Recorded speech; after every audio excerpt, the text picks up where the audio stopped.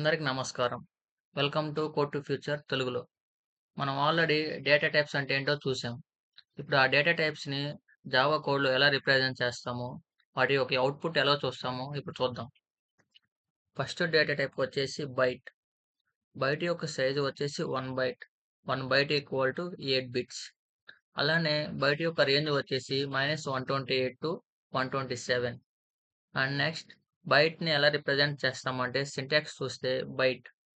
Byte చూస్తే ఇది ఒక data type. Byte data type. Variable name. ఒక వేరియబుల్ అని తీసుకొని దాంట్లో వాల్యూని అసైన్ చేస్తాం. And value. బయట యొక్క వాల్యూ అనేది ఇక్కడ ఇస్తాం. ఇప్పుడు మనం జావా కోడ్ చూస్తే ఫస్ట్ ఆఫ్ ఆల్ నేను డెమో అనే క్లాస్ తీసుకున్నాను. ఇక్కడ డెమో అని ఎందుకు తీసుకున్నానంటే మీరు ఏదైనా తీసుకోవచ్చు. కానీ ఇక్కడ మనం ఏ పేరు తీసుకుంటామో క్లాస్ నేమ్ వచ్చేసి ఫైల్ నేమ్ కూడా సేమ్ అదే ఉండాలి జావాలో. ఆ డెమో క్లాస్‌లో మెయిన్ మెథడ్ క్రియేట్ చేస్తాను. ఈ క్లాస్ ఎందుకు తీసుకున్నాము? మెయిన్ మెథడ్ ఎందుకు క్రియేట్ చేసామంటే, ఇదొక సింటాక్స్ అన్నమాట. సింపుల్‌గా చెప్పాలంటే, ఒక జావా కోడ్‌ని ఎగ్జిక్యూట్ చేయాలంటే కన్ఫర్మ్ క్లాస్ అనేది ఉండాలి. క్లాస్ లోపల మెయిన్ మెథడ్ అనేది కన్ఫర్మ్‌గా ఉండాలి. నెక్స్ట్ వచ్చేసి బైట్‌ని ఎలా రిప్రజెంట్ చేయాలి? మీరు సింటాక్స్‌లో చూస్తే బైట్, వేరియబుల్ నేమ్, వాల్యూ. అలానే సేమ్ ఇక్కడ బైట్ తీసుకున్నాను. Variable name. నేను వేరియబుల్ నేమ్ అనేది ఏదైనా తీసుకోవచ్చు. నేను ఒక ఆల్ఫాబెట్స్‌లో ఏ అనేది తీసుకున్నా. ఏ తీసుకున్నాను. ఏ ఈక్వల్ టు దానికి ఒక వాల్యూ ఇవ్వాలి.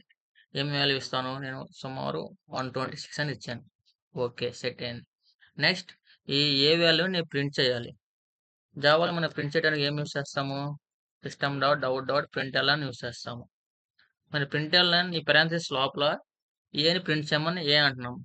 ఆర్ సపోజ్ మనం ఏ ప్లేస్‌లో double quotes open and close చేసి దీని లోపల బైట్ వాల్యూ ఈస్ అని టైప్ చేశాను నేను. నెక్స్ట్ ప్లస్ ఏ అన్నా.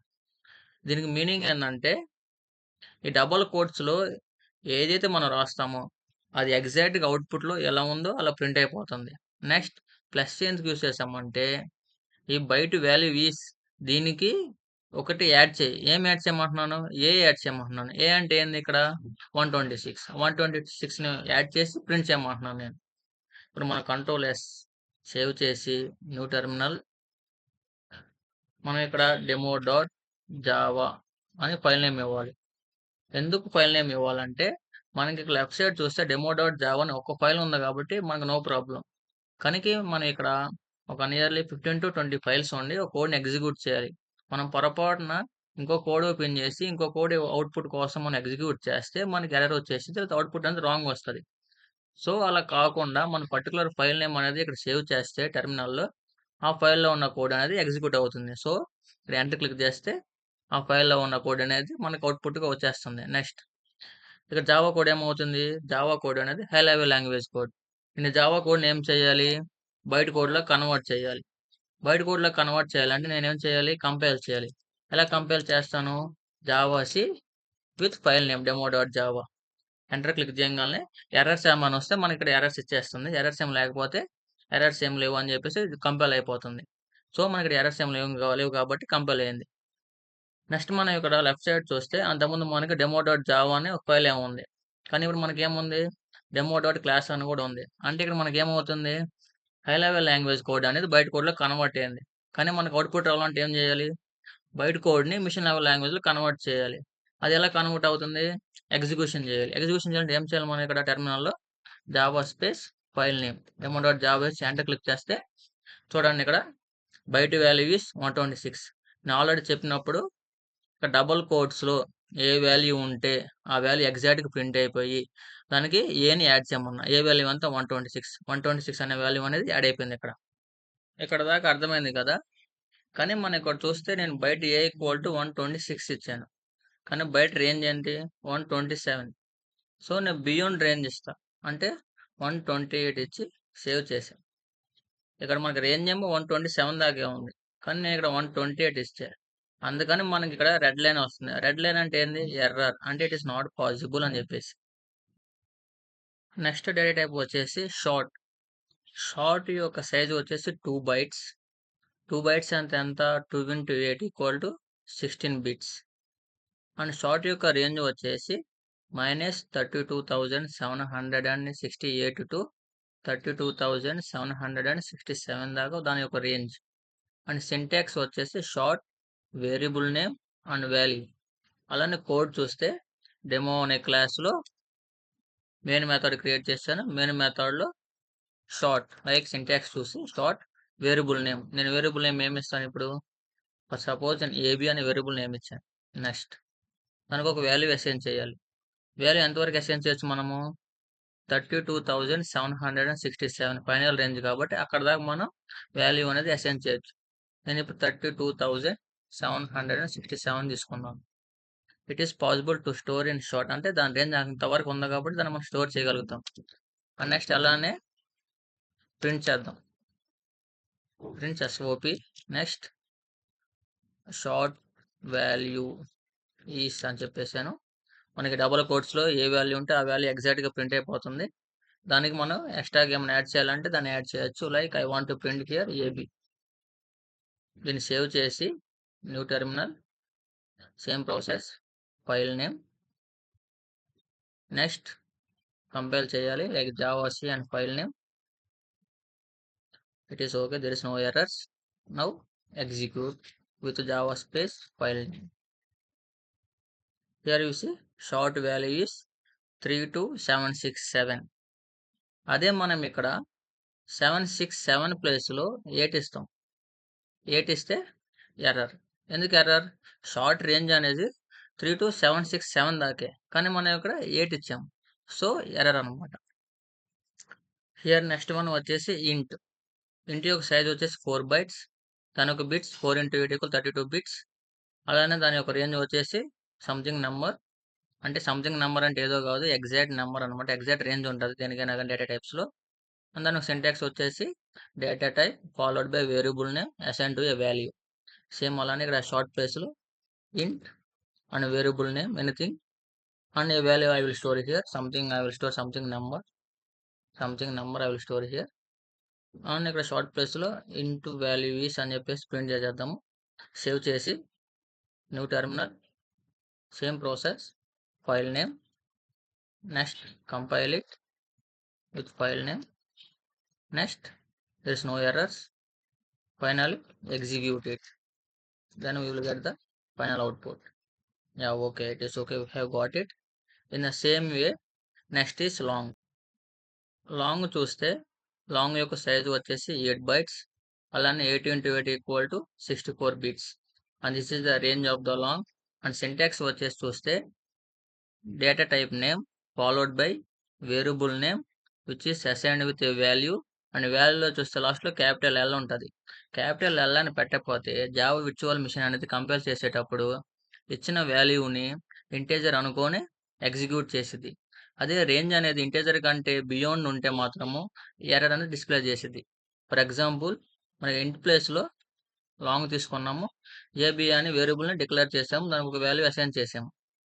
దీనికి నేను క్యాపిటల్ L అని పెట్టలేదు, కానీ ఎందుకంటే ఇక్కడ ఇచ్చిన వాల్యూ అనేది ఇంటీజర్ లా ఉంది.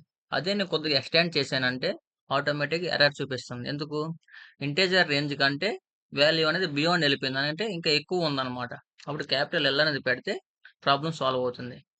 అలానే ప్రింట్లో లాంగ్ వాల్యూ ప్రింట్ చేద్దాం. ఇప్పుడు సేవ్ చేసి న్యూ టెర్మినల్, ఫైల్ నేమ్తో సేవ్ చేద్దాము, demo.java.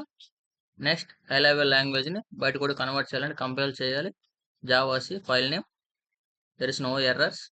Next execute the code, Java space along with file name. చూస్తే long value is so and so అని ప్రింట్ అయింది మనకి. So this is integer data types. Next వచ్చేసి floating point data type. ఇందులో 2 types ఉంటాయి, float and double. First float చూస్తే దీని ఒక సైజు వచ్చేసి 4 bytes. అలానే 4 × 8 = 64 bits. రేంజ్ వచ్చేసి 6 to 7 decimal digits. And syntax float followed by variable name along with value of small F. Small F అని ఎందుకు పెట్టామంటే స్మాల్ ఎఫ్ అనేది పెట్టకపోతే జావా విర్చువల్ మిషన్ అనేది డబుల్ అనుకుంటుంది. డబుల్ అనుకుని వాల్యూని ఎగ్జిక్యూట్ చేసిద్ది. ఫర్ ఎగ్జాంపుల్ కోడ్లో చూస్తే ఫ్లోట్ డి అని తీసుకొని దానికి ఒక వాల్యూ అసైన్ చేస్తున్నా, 25.45 అని ఇచ్చాను. ఇక్కడ చూస్తే రెడ్ లైన్ అంటే ఎర్రర్. సో ఇక్కడ మన 4th ప్లేస్లో డబుల్ పెడితే నో ఎర్రర్. ఎందుకు? ఎఫ్ అని పెట్టలేదు కాబట్టి అది డబుల్ వాల్యూ తీసేసుకుంటుంది. అదే మనం ఇక్కడ ఫ్లోట్ పెడితే ఎర్రర్ చూపిస్తుంది. అప్పుడేం చేయాలి మనం ఇక్కడ ఈ డబుల్ కాదు ఫ్లోట్ కాబట్టి స్మాల్ ఎఫ్ అసైన్ చేస్తే ఎర్రర్ అనేది పోతుంది.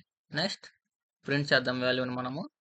System dot out dot println అని తీసుకొని like I want float value is అని చెప్పేసి మనకి డి అనేది యాడ్ చేస్తున్నా. డిలో వాల్యూ ఎంత ఉంటే అంత ప్రింట్ అవ్వాలని చెప్పేసి సేవ్ చేసి new terminal followed by file name ఇచ్చి సేవ్ చేస్తాను. నెక్స్ట్ కోడ్ని కంపైల్ చేయాలి with javac space file name. There is no errors. Now I will execute it with java space along with file name, and you can see here float value is 25.45.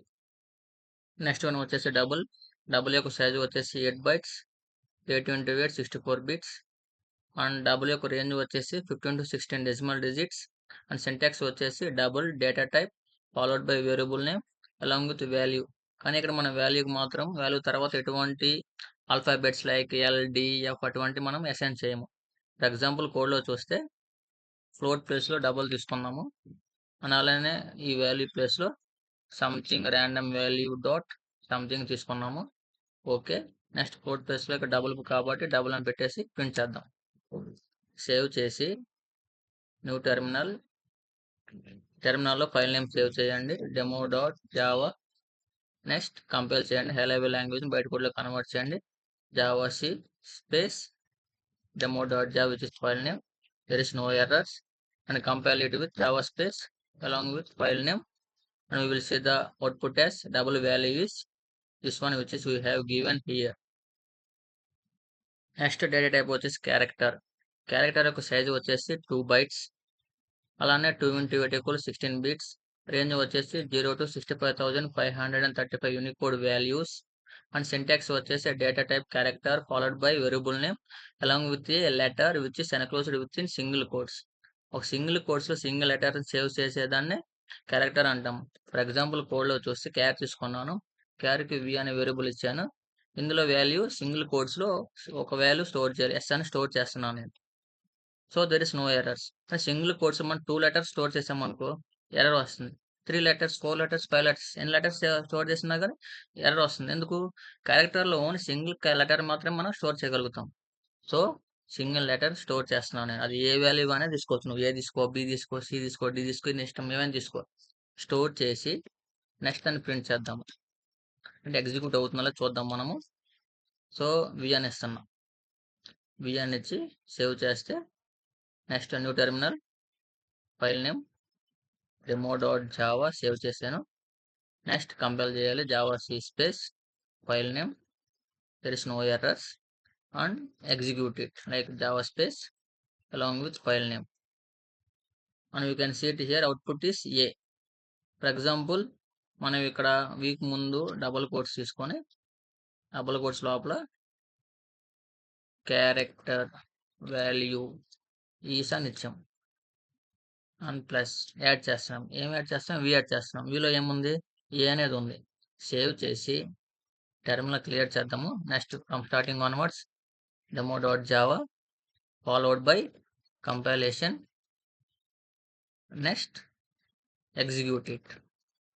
Execute means java space demo dot java, and you can see here character value is a. Next data type వచ్చేసి boolean యొక్క size, boolean యొక్క range అనేది Java virtual machine మీద depend అవుతుంది. There is no fixed size and range for boolean అనమాట.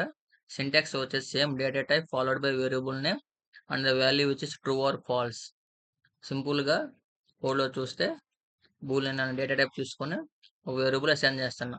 Like variable name ఏమైనా తీసుకోవచ్చు కాబట్టి వేరియబుల్ నేమ్ నేను ఏమైనా తీసుకుంటున్నాను, ఈక్వల్ టు ట్రూ అని ఇస్తున్నాను. నేను ట్రూ అని ఇచ్చేసి ప్రింట్ చేస్తున్నా system dot out dot println అని చెప్పేసి ప్రింట్ నేమ్ అన్నా. సేవ్ చేసి new terminal followed by file name save చేసి కంపైల్ చేద్దాము. కంపైల్ చేసి ఇప్పుడు ఎగ్జిక్యూట్ చేద్దాం Java plus demo dot Java. చూస్తే మనకు అవుట్పుట్ అనేది ట్రూ అనేది వచ్చింది అనమాట. ఇది బూలియన్. ఐ థింక్ జావాలో డేటా టైప్స్ అనేవి ఎలా యూస్ అవుతాయి, ఎలా టైప్ చేయాలి, ఎలా ఎగ్జిక్యూట్ చేయాలని చెప్పేసి అర్థమైంది అనుకుంటున్నాను. If you understand, please like, comment and subscribe. Thank you.